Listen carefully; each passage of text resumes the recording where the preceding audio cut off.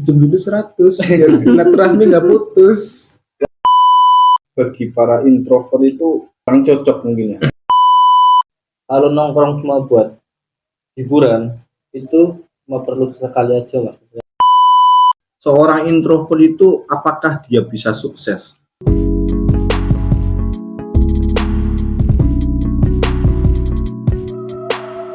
Assalamualaikum warahmatullahi wabarakatuh. Selamat datang di channel Manusia Keder, tempat berkumpulnya manusia-manusia keder. Kali ini kita akan membahas tentang kegiatan yang sering dilakukan oleh semua orang, yaitu nongkrong. CU, teatro. Meriang mas.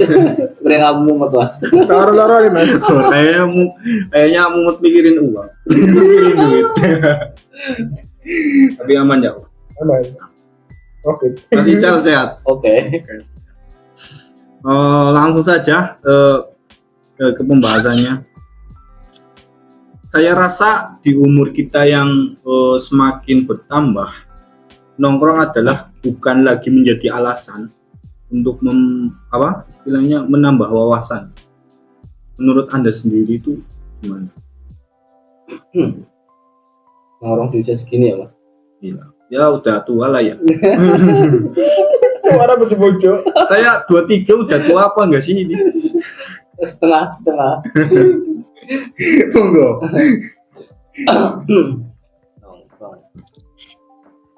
Kalau nongkrong bukan satu alasan untuk mencari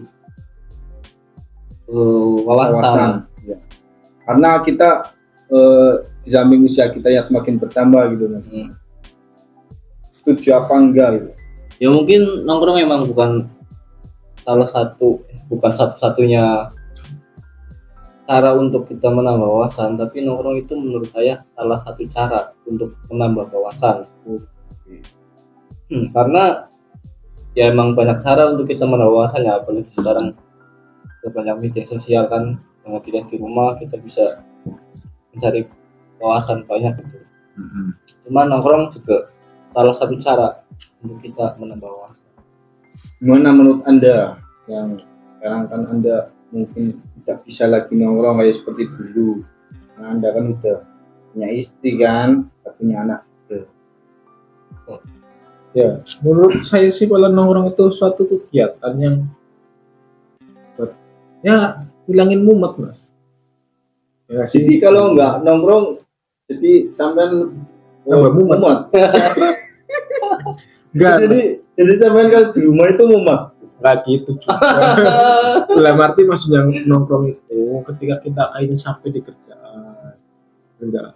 Sekali kan nongkrong sama temen betul.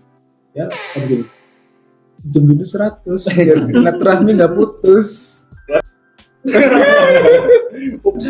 Ya kan. Jadi nongkrong itu yang pada akhirnya di usaha kita itu nggak cuma nongkrong di alun-alun, tapi lebih nongkrong mungkin ya bahasanya silaturahmi sih. Dalam usaha kita lah saat ini. Jadi nongkrong yang kita ingin tuh ya hari yang berfaedah lah. Ya harus nongkrong tempat kafe gitu ya. Iya, malah kafe kita banyak keluarin uang. Kalau nongkrongnya kita itu minjem 100 agar silaturahmi putus. Jadi nongkrong nggak usah ngeluarin uang ya? Iya. Kita yang nyari uang gitu. Gitu. Berarti kalau mas mau nongkrong mending kita pulang mas. Iya bagus. Ya. Tapi nongkrong itu adalah istilahnya bagi para introvert itu kurang cocok mungkin ya. Soalnya kan kadang introvert itu lebih memilih, dia menghabiskan waktunya lebih memilih sendiri gitu. Jadi ketimbang mereka nongkrong atau pergi kemana gitu. Ya. Kalau masalah nongkrong, ya mungkin yang sampai tua masih suka nongkrong itu juga banyak ya mas. Cuman juga banyak juga menurut saya itu ada fasenya mas. Saya sendiri mengalami yang namanya bilang bosan nongkrong lah, itu mungkin di usia 23-24. Terus saya lebih memilih kurang kerja udah di rumah, walaupun ya sesekali buat menjalin silaturahmi sama teman-teman lama gitu, perlu gitu nongkrong keluar buat ya mungkin sekitar tanpa tujuan lah ya buat stres mencari hiburan aja. Atau di sisi lain yang dikatakan Mas Yo benar sih, bahwa nongkrong ada dua hal, yang positif atau yang negatif. Kalau kita mau cari yang positif ya mungkin lebih enaknya nongkrong satu atau dua orang aja yang belum kita kenal dan dekat sama kita gitu, jadi kan disitu bisa menambah wawasan kita, berbagi pengalaman. Kayaknya itu bukan nongkrong Mas, lebih ke curhat ya. Secor. Justru di situ curhat sambil nongkrong. Iya. Kalau Jadi kita menikmati.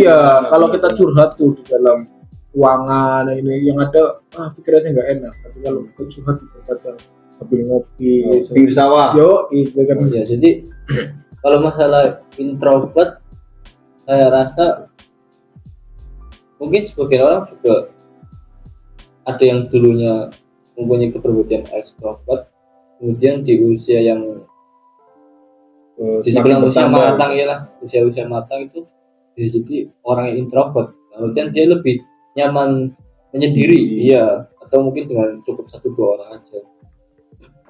Atau kalau yang benar-benar orang introvert dari lahir, ya mungkin dia lebih nyaman sendiri sih.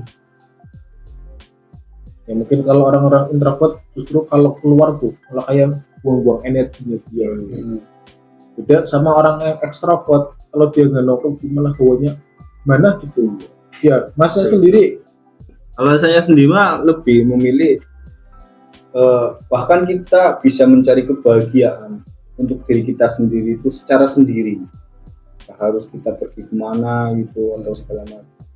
Yang rasain juga kan kita. Gak usah iri-iri sama istilahnya kita lihat media sosial teman-temannya pada pergi kemana gitu. Ya mungkin itu mah urusan mereka. Cuman kan kebahagiaan kan kita yang rasain, kita yang ciptain juga kan. Hingga harus yang ya mungkin bisa dibilang saya itu introvert ya. Soalnya saya nggak suka jalan-jalan atau apa, lebih suka ke menghabiskan waktu ya untuk diri sendiri secara sendiri. Nah, menurut Mas Icau sendiri secara pribadi, seorang introvert itu apakah dia bisa sukses?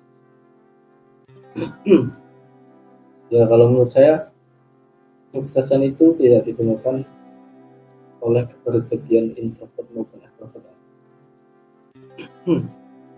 Karena kadang seorang introvert pun bekerja di suatu PT atau orang lain yang kondisinya itu banyak orang gitu loh di lingkungan itu. Yang istilahnya bukan dia banget gitu. Iya, jadi kan kalau masalah pekerjaan itu profesionalitas. Jadi nggak harus extrovert atau introvert. Iya, jadi ya yang punya kepribadian introvert maupun extrovert, mereka harus bisa menempatkan diri di saat bekerja maupun di saat di rumah. So kan kalau memang yang benar-benar introvert ya, yang kayak malas dengan kerumunan lah, mungkin dia bisa berkarya di rumah dengan seniman atau all Mencipta lagu.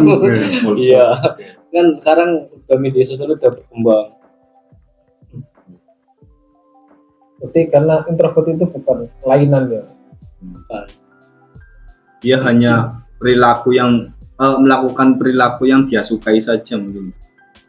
Ya mungkin extrovert lebih ke kepribadian ya, maksudnya kayak kalau yang saya tahu itu kan introvert itu kan orang yang ketika di kerumunan dia menghabiskan energi dan untuk menambah energinya itu dengan cara sendiri. Kalau ekstrovert itu kebalikannya, justru kalau orang yang ekstrovert itu kalau di kerumunan justru dia menambah energi buat mentalitas dirinya. Kalau dia sendirian di rumah dia itu kayak seolah-olah bingung mau ngapain gitu ya. Benar-benar tersiksa kalau. Ya kadang ada juga sih yang istilahnya seorang introvert itu, apalagi saya mungkin bisa dibilang pelaku introvert ya. Tapi udah sukses kan? OTW. Amin. Ya balik lagi kadang kita seorang introvert itu, secara saya pribadi, kadang kita berangkat kerja bukan karena malas atau apa, tapi pengen cepet-cepet pulang untuk istilahnya buat nenangin diri setelah capek seharian kerja gitu. Kadang kan ada tuh yang istilahnya kita pulang kerja berangkat pagi dari pagi sampai sore, terus pulangnya masih ada waktu, kita pergi nongkrong dulu mana gitu. Kalau saya lebih memilih pulang istirahat, ibaratnya me time untuk diri sendiri aja gitu. Berarti berbanding kebalik dengan saya mungkin. Kalau saya bilang ini habis kerjaan capek, saya pengen duduk dulu di sini, kopi, Cepat ya. Dulu ya biasanya. Jangan langsung pulang, jangan capek nanti bangun langsung kerja lagi. Itu malah nambah beban ya. Ya intinya balikannya lah. Tapi kalau boleh saya mendebat nih Mas, terkadang orang yang lebih berpikir itu, dia itu lebih condong berpikir untuk ke depan. Dalam arti dia itu nggak perlu nongkrong, nggak perlu istilah buang-buang waktu. Kalau dia udah punya suatu tujuan, dia udah fokus tujuan itu aja. Apa yang harus diperlukan, entah itu mental, materi atau segala macam, kita siapin dulu yang paling umum itu, hanya materi. Udah kita fokus pada kerjaan kita aja dulu gitu. Di samping tujuan kita tetap dipikirkan, cuman kita fokus pada apa yang kita lakukan sekarang dulu gitu. Misalnya daripada kita berangkat kerja dari pagi sampai sore, terus istilahnya kita kan udah punya rencana buat nabung nih, istilahnya buat tujuan kita kan. Nah sore itu kita mampir dulu kemana gitu, misalkan ke warung kopi, apa ke rumah teman buat istilahnya ngobrol-ngobrol santai apa gimana. Itu paling tidaknya itu dia membuang waktu, walaupun tidak membuang uang secara besar gitu kan. Nah, palingan rokok, paling ngopi kan. Itu menurut saya sih nggak efektif sih. Ya mungkin gini Mas, kalau buat orang yang punya kepribadian introvert itu bukan sebuah suatu hal yang berat ketika pulang kerja itu langsung pulang gitu kan. Itu buat suatu hal yang berat. Tapi buat orang yang punya kepribadian extrovert ya, yang punya kepribadian extrovert, mungkin justru kebalikannya, bagi mereka itu ketika pulang kerja nongkrong itu buat menenangkan pikiran buat besok paginya. Menurut saya sih gitu. Minimalnya ngilangin beban dikit gitu. Justru kalau orang yang menurut ekstrovert itu, dengan dia keluar, dia itu mendapatkan energi yang positif gitu dari orang-orang sekitar. Ya mungkin kayak gitulah. Beda ibaratnya tadi yang bilang pulang kerja nih, kalau orang pulang kerja langsung pulang nih, kayaknya tuh kayak terbebani. Nongkrong itu dengan melepaskan dirinya kayak terlepas. Nah, dapat nongkrong. Nah, dengan nongkrong itu yang buat orang-orang ekstrovert itu menambah energi buat dia. Beda sama yang mungkin dibilang ekstrovert malah membuang energi. Introvert maksudnya. Iya, yang introvert. Ya masuk akal juga sih. Ya, cuman balik lagi memang pada dasarnya manusia itu punya kebahagiaannya masing-masing sih. Istilahnya kayak CU yang namanya bukan suka nongkrong, cuman lebih memilih dia keluar rumah untuk menghilangkan stres itu. Ya beda lagi kayak misalkan saya orang yang bisa dibilang introvert, saya akan melakukan apapun yang saya suka sendirian, terkecuali saya sudah tidak mampu untuk melakukannya, baru saya istilahnya cari seseorang, entah itu teman atau jadi bilang saudara yang lebih, yaitu bisa tidak hanya memberi wawasan tentang apa yang saya tidak tahu. Ya, mungkin orang introvert cara bergaulnya mungkin hanya mencari seseorang yang benar-benar dia percaya, dia membuka diri untuk semua orang. Kalau yang orang yang ya udah main sama siapa aja, tanpa pilih. Nah, pada intinya gini Mas, apakah di usia yang sekarang ya bisa dibilang usia matang lah ya, kita benar-benar harus memikirkan tentang masa depan kita, apalagi kita sebagai laki-laki gitu kan. Apakah kita perlu nongkrong di usia-usia sekarang? Ya, kalau Ini terlepas dari entah itu ekstrovert atau Iya. introvert ya. kalau menurut saya sendiri sih ya perlu, entah nongkrong cuma sekedar ya mencari kenal ya, hiburan. Iya. Tapi konteksnya kalau menurut saya, kalau nongkrong cuma buat hiburan itu cuma perlu sesekali aja lah, ya sebulan sekali ya, buat menjalin silaturahmi aja. Tapi kalau konteksnya nongkrong buat mencari wawasan, Itu harus banget malah. itu harus. Dan ya mungkin dengan waktu yang kita senggang gitu, perlu keluar buat mencari wawasan baru dengan orang-orang. Ya, dengan orang-orang tertentu lah ya. Mm-mm. Yang bisa benar-benar kita bisa dicari ilmunya atau bisa di profilnya. Nah, kita mencari atau bahkan kita yang berbagi kan bisa. Jadi tidak asal nongkrong aja. Mungkin kalau kayak anak sekolah kan ya nongkrong ya kutipan nggak ada tujuan. Tapi kalau dibilang usaha kita ya nongkrong ya bertukar pikiran. Ya, syukur dari orang itu ya faedahnya lah minimalnya. Kan kita sharing barangkali kita nganggur nongkrong nih, ya kan nanya-nanya kerjaan. Jadi mungkin nongkrongnya di usaha kita tuh cari supaya bagaimana bermanfaat mungkin. Jangan nongkrong yang hanya buang-buang waktu. Apalagi di umur-umur kita yang segini ya. Apalagi ya sampean sendiri kan istilahnya udah punya anak istri gitu kan. Jadi kayak nongkrong pun bukan nongkrong sih ya, tapi misalkan sekitar apa membuang penat pun harus benar-benar yang negatif lah minimal. Ya makanya mungkin sebisa mungkin ya nongkrong itu ada batasan lah, bisa jam 2 jam nyampe Jam-jam apalagi sampai pagi gitu. Mungkin sampai tidur lagi. mungkin kalau kayak main sampai pagi itu ya mungkin bisa dikategorikan itu bukan nongkrong sih, gitu. Silaturahmi ketika di kan itu nyampe pagi ya sesekali, benar nggak tiap hari. Kalau tiap hari nyampe pagi ya kalau hanya siang buat malam, malam buat siang ya.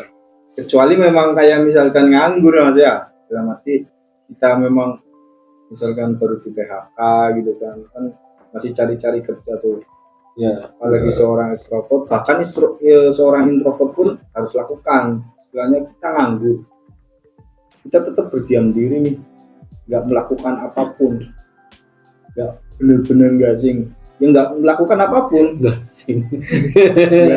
nggak melakukan apapun. Nah, itu malah istilahnya salah. Ya misalkan kita nganggur, apalagi orang extrovert, ya kita wajib keluar gitu. Istilahnya mencari wawasan, tanya-tanya tentang kerjaan.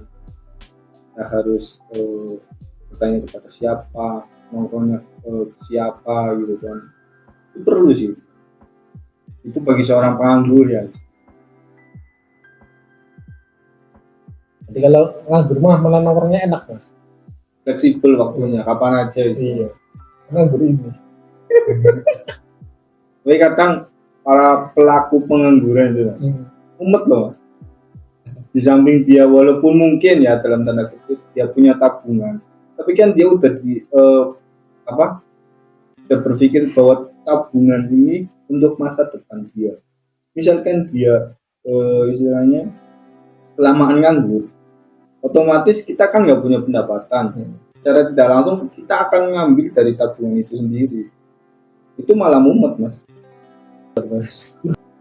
Yang penting kita mah yakin tetap ikhtiar, kan istilahnya kita nggak benar-benar berdiam diri kan tuh. Kalau kayak menjadi seorang introvert kan kita tetap berpikir dalam kesendirian itu, walaupun seringkali terjadinya itu